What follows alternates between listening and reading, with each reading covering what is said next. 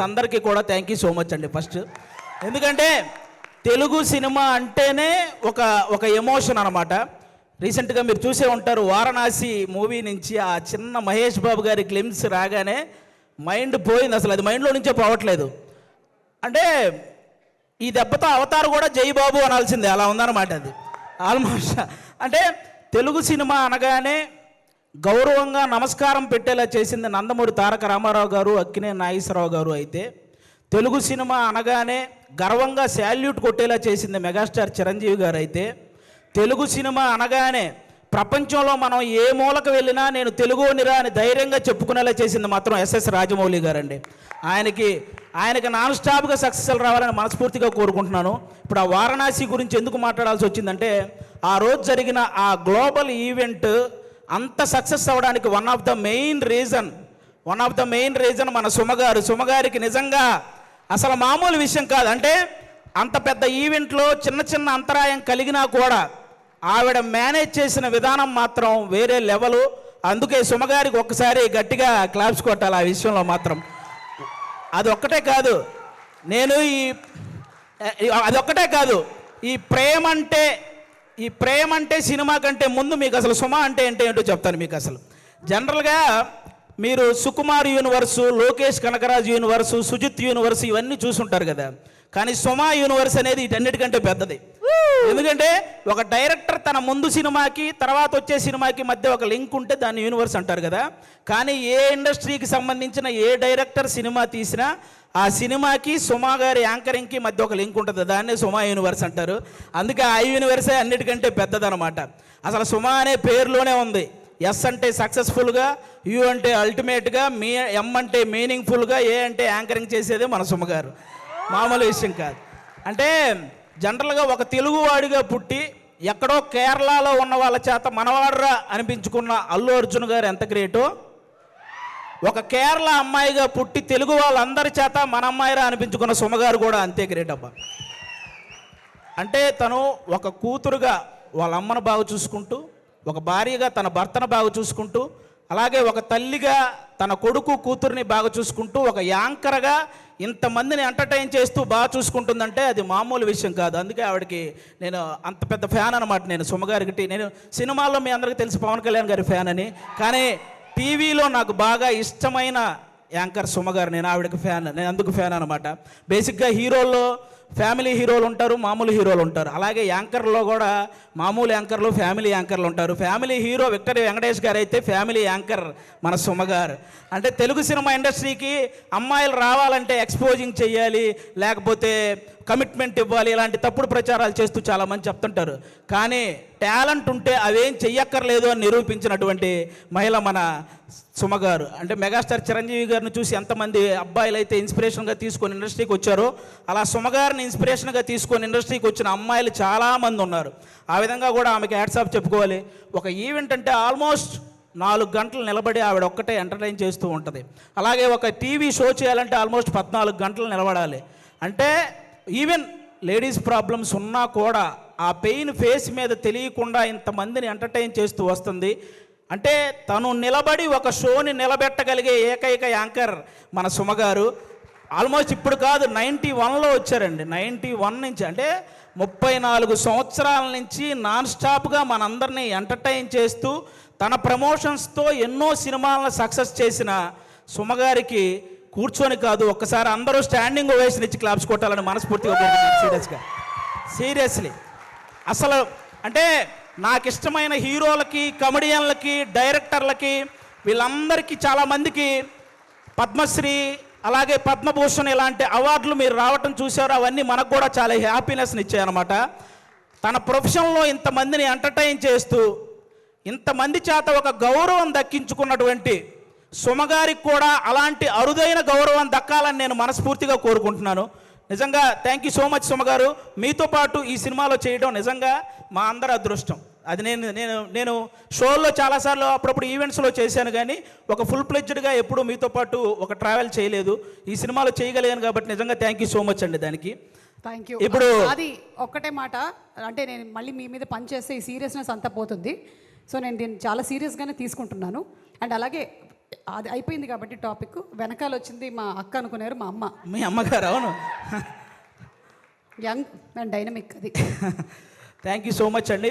అలాగే ఇప్పుడు మనం సినిమా వాళ్ళ గురించి మాట్లాడుకున్నాం, ఇప్పుడు సినిమాని చంపేసే వాళ్ళ గురించి మాట్లాడుకుందాం, ఓకేనా? బేసిక్గా సినిమా ఇండస్ట్రీలో ఉన్న పెద్ద పెద్ద వాళ్ళందరికీ ఒకే ఒక్క ఇదండి, ఎవరైతే సినిమా ఇండస్ట్రీలో రైటర్స్ ఉంటారో వాళ్ళని మాత్రం ఇంకొంచెం కేరింగ్గా ఇంకొంచెం వాల్యూ ఇవ్వాలని వాళ్ళకి నేను మనస్ఫూర్తిగా కోరుకుంటున్నాను. ఎందుకంటే రైటర్ అంటే వాడు ఇచ్చింది తీసుకుంటూ చెప్పింది రాసుకుంటూ వెళ్ళిపోతాడనే ఒక చిన్న ఆలోచన నుంచి రైటర్ అనేవాడు ఒక్కసారి నాకు ఎందుకులే అనుకుంటే ఇండస్ట్రీలో ఎవ్వరికీ పని ఉండదు అనే ఒక పెద్ద ఆలోచన చేయాలని నేను మనస్ఫూర్తిగా కోరుకుంటున్నాను. ఎందుకంటే సినిమా ఇండస్ట్రీకి రైటర్ అనేవాడే ఒక హార్ట్ లాంటి వాడు. గుండె కొట్టుకోకపోతే ప్రాణం పోద్ది, అలాగే రైటర్ అనేవాడు పెన్ను పట్టుకోకపోతే ఖచ్చితంగా సినిమా పోద్ది. అందుకే రైటర్లందరినీ ఒక్కసారి సినిమా ఇండస్ట్రీలో ఉన్న రైటర్లందరినీ గ్యాదర్ చేసి వాళ్ళ కష్ట సుఖాలు తెలుసుకొని వాళ్ళకు ఒక నూతన ఉత్సాహాన్ని ఇస్తే ఆటోమేటిక్గా మంచి సినిమాలు వస్తూ ఉంటాయి. ఎందుకంటే 1000 కోట్లకు సంబంధించిన వారణాసి లాంటి ప్రాజెక్ట్ రాయగలిగిన రైటర్లు కూడా మన దగ్గర ఉన్నారు. కానీ కనీసం వాళ్ళ అమ్మకి 1000 రూపాయల మందులు కొనుక్కునే స్థితి కూడా లేక వాళ్ళ టాలెంట్ అలాగే వెనకపడిపోతూ ఉంది. అలా రైటర్స్ అందరినీ ఒక్కసారి గ్యాదర్ చేసి వాళ్ళకు ఒక నూతన ఉత్సాహం ఇవ్వాలని సినిమా ఇండస్ట్రీ పెద్దవాళ్ళందరికీ నేను ఒకసారి మనస్ఫూర్తిగా కోరుకుంటున్నాను. అలాగే మీరందరూ గమనిస్తే ఆల్మోస్ట్ సంవత్సరానికి 150-200 సినిమాలు రిలీజ్ అయితే పట్టుమని 10 సినిమాలు కూడా ఆడట్లేదు సినిమా ఇండస్ట్రీలో. అంటే సినిమాలేమో ఆకాశంలో చుక్కల్లాగా లెక్క పెట్టలేనని వస్తున్నాయి, హిట్లు మాత్రం మన చేతికున్న వేలలాగా లెక్క బట్టగలిగే అన్ని కూడా రావట్లేదు. అంటే దానికి అంటే ఏదైతే ఎంత కష్టం వచ్చినా నిలబడ్డ ఆ 4 ప్రొడ్యూసర్లు వాళ్ళ సంగతి పక్కన పెడితే ఎంతమంది ప్రొడ్యూసర్లు ఇలా వచ్చి మళ్ళీ అలా ఊరెళ్ళిపోతున్నారో మీకు తెలియదు. అంటే కొన్ని 100 కోట్ల నష్టం అవి భరించలేక మళ్ళీ తెచ్చుకున్న పరువును కాపాడు కోసం ఆ ఇస్త్రీ చొక్కాలు వేసుకొని ఈఎంఐలు కడుతూ ఉన్న ప్రొడ్యూసర్లు ఇంకా చాలామంది ఉన్నారు. అంటే దేనికంటే ఇదంతా ప్రతి ఒక్కడు ఏదో ఒక సలహా ఇచ్చేయడమే. మలయాళంలో మంజుమాల బాయ్స్ అని ఒక సినిమా చూసి అలాంటి సినిమా మన వాళ్ళు ఎందుకంటే తీరండి అని. పోనీ అలాంటి సినిమా మన వాళ్ళు తీస్తే అందులో ఐటమ్ సాంగ్ పెట్టలేదని ఏడుస్తారు. పోనీ ఏదో ఫ్రెష్ కంటెంట్ ఉండాలి కదండి, ఫ్రెష్ కంటెంట్ కావాలి కదండి. ఫ్రెష్ కంటెంట్ తీసి రిలీజ్ చేస్తే రిలీజ్ రోజు ఫ్లాప్ చేసేసి రిలీజ్కి వచ్చి పాటలు పాడుతుంటారు. రూబా రూబా సదాశివ సన్యాసి ఇలా పాడేస్తుంటారు రిలీజులకు వచ్చి. రిలీజ్ రోజు మనకి ఏం తెలియదు. అలా అంటే ఆ విధంగా ఎవరికి వాళ్ళు సలహాలు ఇచ్చేసి ఆ సినిమాని ఏదో రూపంలో చంపేస్తూ వస్తున్నారు. దానివల్ల ఎక్కువ నష్టం ప్రొడ్యూసర్లకే జరుగుతుంది.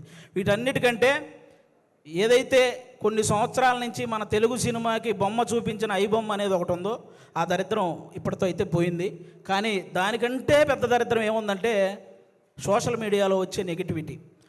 అంటే లెజెండరీ యాక్టర్స్ దగ్గర నుంచి ఇప్పుడిప్పుడే ఎదుగుదామని వస్తున్న ప్రతి యాక్టర్ మీద కూడా సోషల్ మీడియాలో విపరీతమైన నెగిటివిటీ.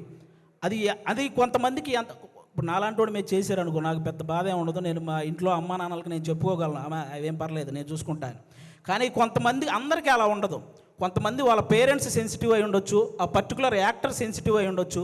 అలా ట్రోల్ చేయడం వల్ల వాళ్ళు మనస్తాపానికి గురైపోయి ఖచ్చితంగా వాళ్ళు చేసే ప్రాజెక్టుల విషయంలో కానీ వాళ్ళు చేసే పనుల విషయంలో కానీ వెనకపడుతూ ఉంటారు. అది మీరు గమనించాలి. నేను ఓన్లీ ఏదో చిన్న చిన్న వాళ్ళ గురించి చెప్పట్లేదు.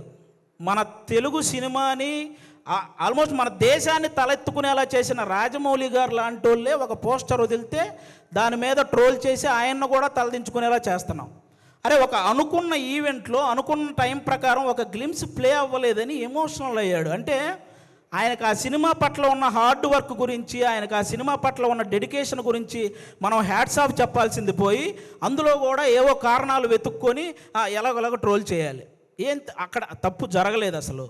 ఆయన బేసిక్గా నాకు రామాయణం మహాభారతం అంటే చాలా ఇష్టం అని చెప్పిన వ్యక్తి. అలాంటి వ్యక్తి ఎవరైనా రాముడి గురించి నాకు తీసే అవకాశం వచ్చిందని చెప్పిన వ్యక్తి. ఆయన ఆ రోజు హనుమంతుడి మీద అలిగాడే కానీ అవమానించలేదు. ఇది ఒక్కటి అందరూ గుర్తుపెట్టుకోవాలని నేను మనస్ఫూర్తిగా కోరుకుంటాను. ఒకరు కాదు, సినిమా కోసం ఎన్టీఆర్ గారు సన్నబడితే ఆయన మీద ట్రోలింగ్, మన బాలకృష్ణ గారు మాట్లాడితే ట్రోలింగ్, అల్లు అర్జున్ గారు నవ్వితే ట్రోలింగ్, సాయి ధర్మతేజ్ గారు యాక్సిడెంట్ అయ్యి ఆయనకు మాట్లాడడానికి ఇబ్బందిగా ఉంటే దాని మీద కూడా ట్రోలింగ్. అరే మనం బయట దేశాలకు వెళ్తే జస్ట్ మనం బాహుబలి అంటే కానీ మీరు ఇండియనా అనే పరిస్థితి ఉండదు. అలాంటి ప్రభాస్ గారి లుక్స్ మీద ట్రోలింగ్, రామ్ చరణ్ గారి చికిరి చికిరి అనే సాంగ్ పక్క దేశాల వాళ్ళు కూడా రీల్ చేస్తున్నారు. అలాంటి ఆ స్టెప్పుల మీద ఇక్కడ ట్రోలింగ్. ఒకరు కాదు, విజయ్ దేవరకొండ గారి మీద మన ఇండస్ట్రీ వాళ్ళే ట్రోలింగ్. అంటే ఒక వ్యక్తి ఇంకా అంతకు మించి ట్రోలింగ్ అంత మానసికంగా ఒక వ్యక్తిని కుంగవేయాల్సిన పనే ఉంది. ఇప్పుడు బాహుబలి, RRR, పుష్ప ఎలాగో ఒక వర్గానికి అర్జున్ రెడ్డి లాంటి సినిమా కూడా అలాగే. అతనికి బౌన్స్ బ్యాక్ అయ్యే టైం కూడా ఇవ్వకుండా అతని మీద అంత ట్రోల్ చేస్తూ ఉంటే అతను ఎంత ఇబ్బంది పడతాడో ఆలోచించాలి. ఒక శ్రీలీల అని ఒక తెలుగు అమ్మాయి ఇక్కడి నుంచి బాలీవుడ్, తమిళనాడు ఇలా వెళ్ళి అన్ని ఇండస్ట్రీల్లో వర్క్ చేస్తుంటే ఆ అమ్మాయి డ్యాన్స్ చేస్తుంది కానీ యాక్టింగ్ పెద్ద. ఇప్పుడు భగవంత్ కేసరి అనే సినిమా నేషనల్ అవార్డు దృష్టికి వెళ్ళిందంటే బాలకృష్ణ గారి పర్ఫార్మెన్సు, అలాగే అనిల్ రావుపూడి గారి కథతో పాటు శ్రీలీల గారి పర్ఫార్మెన్స్ కూడా వన్ ఆఫ్ ద రీజన్ కదా. అలాంటి అమ్మాయిని అంత బ్లేమ్ చేయడం ఏంటి? ఒకటిగా మెగాస్టార్ చిరంజీవి గారి మీద డీప్ ఫేక్ AI వీడియోలు చేశారబ్బా. ఇంతకంటే దరిద్రం ఏమైనా ఉంటుందా? నాకు తెలిసి ఆయన రికార్డులు కొట్టిన పోస్టర్లు గోడల మీద పడేటప్పుడు ఆ ట్రోలింగ్ చేసినోడు వాళ్ళ అమ్మ కడుపులో కూడా పడి ఉండడు. అలాంటి వ్యక్తులు వాళ్ళు. ఆయన 3 దశాబ్దాలు 1వ నంబర్ పొజిషన్లో ఉన్నప్పుడు వీడికి అసలు ఒకటంటే ఇలా ఉంటుందని కూడా తెలియదు. మన తుఫాన్ వచ్చిన ఆయన సినిమాల కోసం మనం పరిగెత్తుకుంటూ వెళ్తున్నప్పుడు వాడికి నడవటం కూడా వచ్చి ఉండదు. అలాంటి వాడు వచ్చి మెగాస్టార్ చిరంజీవి గారి మీద ట్రోల్స్. అరే మెగాస్టార్ చిరంజీవి గారు ఒక స్టేట్కో ఒక క్యాస్ట్కో సంబంధించిన వ్యక్తి కాదు, ఒక దేశం గర్వించదగ్గ వ్యక్తి మెగాస్టార్ చిరంజీవి గారు. అలాంటి వ్యక్తి మీద ట్రోలింగ్. ఈ ట్రోలింగ్ ఎందుకు, వీటి వల్ల సినిమా ఎందుకు చనిపోతుంది అంటున్నానంటే, నేను హీరోల మీద ట్రోలింగ్ చేయడం వల్ల, ఇంతమంది స్టార్ హీరోల మీద ట్రోలింగ్ చేయడం వల్ల రేపొద్దున తెర మీద వాళ్ళు హీరోయిజం చూపించినా అది చాలా కామెడీగా అయిపోతుంది నార్మల్ జనాలకు, చూసే వాళ్ళకి. అందుకే ఆ హీరోయిజం ఫెయిల్ అవుతుంది కాబట్టి సినిమాలు ఫెయిల్ అవుతున్నాయి. అరే 100 కోట్లు ఖర్చు పెడుతున్న ప్రొడ్యూసర్లు ఒక పక్క ఒక సినిమా హిట్ అయితే ఇంటికెళ్ళి మా అమ్మ నాన్నకి చెప్పుకుంటామని వెయిట్ చేస్తున్న డైరెక్టర్లు, ఒక సక్సెస్ వస్తే కానీ ఇంకో సినిమాలో మళ్ళీ కంటిన్యూ చేయరు అని ఆశపడే టెక్నీషియన్స్, అరే ఫ్యామిలీస్ని వదిలేసి అభిమానుల కోసం హిట్ ఇవ్వాలని చెప్పి కష్టపడుతున్న హీరోలు, ఒక సినిమా హిట్ అయితేనే జీతం పెరుగుతుందనే ఆశించే సినిమా కార్మికులు, ఇంతమంది కష్టాన్ని ఒక చిన్న నెగిటివిటీ ట్రోలింగ్తో మీరు కంప్లీట్గా దాన్ని చంపేస్తున్నారు. ఒక్కరు కాదండి, అసలు ట్రోలింగ్ అంటే ఇప్పుడు మీరు బ్రహ్మానందం గారి రియాక్షన్స్తో మీరు ట్రోల్ చేస్తారు, అవి మేము కూడా నవ్వుకుంటాం, అందరూ నవ్వుకుంటారు. కానీ ట్రోలింగ్ అనేది నవ్వుకునేలా ఉండాలి కానీ నవ్వుల పాలు చేసేలా ఉండకూడదని ఒకసారి ఆ చేసే వాళ్ళకి నేను మనస్ఫూర్తిగా కోరుకుంటున్నాను. అలా ఇంకెప్పుడూ కూడా ఇంతమంది లెజెండ్స్ ఎంతో సాధించి ఇక్కడ వరకు వచ్చారు, వాళ్ళని అంత ఈజీగా నెగిటివ్ చేసే ప్రయత్నం చేయకండి అని వన్స్ అగైన్ నేను మనస్ఫూర్తిగా కోరుకుంటున్నాను. అలాగే ఇప్పుడు వాళ్ళకి చెప్పేశాను కాబట్టి చాలు. అలాగే కొంతమంది ఇంకా రివ్యూవర్స్ ఉన్నారు, వాళ్ళకు కూడా కొంచెం చూసుకొని చెయ్యాలని వాళ్ళకి మనస్ఫూర్తిగా కోరుకుంటున్నాను. చాలామంది మంచి రివ్యూవర్స్ ఉన్నారు, సినిమా గురించి చాలా బాగా చెప్తారు, సినిమా గురించి బాగా చెప్పి ఈ సినిమా నచ్చితే మంచి హైప్ ఇస్తారు, నచ్చకపోతే ఇందులో ఈ నచ్చిన విషయాల కోసం మీరు వెళ్ళొచ్చు అని చెప్తారు. అలా చెప్తే చాలా బాగుంటుంది. అంతేగాని సినిమా మీద వెటకారం చేస్తూ రివ్యూలు ఇస్తుంటారు. వాళ్ళకి అర్థం కాని విషయం ఏంటంటే ప్రొడ్యూసర్లు ఎంత నష్టపోతున్నారో ఒకసారి ఆలోచించాలని మనస్ఫూర్తిగా కోరుకుంటున్నాను. ఇక మా ప్రేమంటే సినిమాలో, ముఖ్యంగా మా ప్రేమంటే సినిమాలో మా ప్రియదర్శి బ్రదర్ ఇందాక నాగ చైతన్య గారు చెప్పినట్టే వర్స్టైల్ యాక్టర్, అసలు మామూలుగా కాదు. అతను ఏ సినిమా పట్టుకుంటే ఆ సినిమా లక్కీ అన్నట్టు మారిపోయింది. బలగం చూసినప్పుడు కానీ, అతను కోర్టు సినిమా చూసినప్పుడు కానీ, మల్లేశం చూసినప్పుడు కానీ, సారంగపాణి జాతకం సినిమా చూసినప్పుడు కానీ అతని పర్ఫార్మెన్స్ ఎప్పటికప్పుడు వేరియేషన్స్ చూయించుకుంటూ వస్తూ, అంటే చాలామంది ప్రొడ్యూసర్లకి ప్రియదర్శి ఇలాంటి వాడితో సినిమా తీస్తే మనం తక్కువ బడ్జెట్ పెట్టుకోవచ్చు, ఎక్కువ లాభాలు పొందొచ్చు అనే ఫీలింగ్ అతని మీద ఉంది. కాబట్టి అలాంటి ప్రియదర్శి గారు, మన ఆనంది గారు ఇక్కడ చెన్నై, తమిళ్లో రెండిట్లో కూడా ఆవిడ చాలా పాపులారిటీ సాధించిన అమ్మాయి, మన తెలుగు అమ్మాయి. చాలా ముచ్చటగా ఉంటుంది చూడడానికి. ఆనంది గారు ఎక్కడ పర్ఫామ్ చేసినా, ఏ సీన్ చేస్తున్నా అలా చూస్తుండిపోవాలనిపిస్తుంది. మన ఆనందిని, ప్రియదర్శిని హీరోయిన్లు అనడం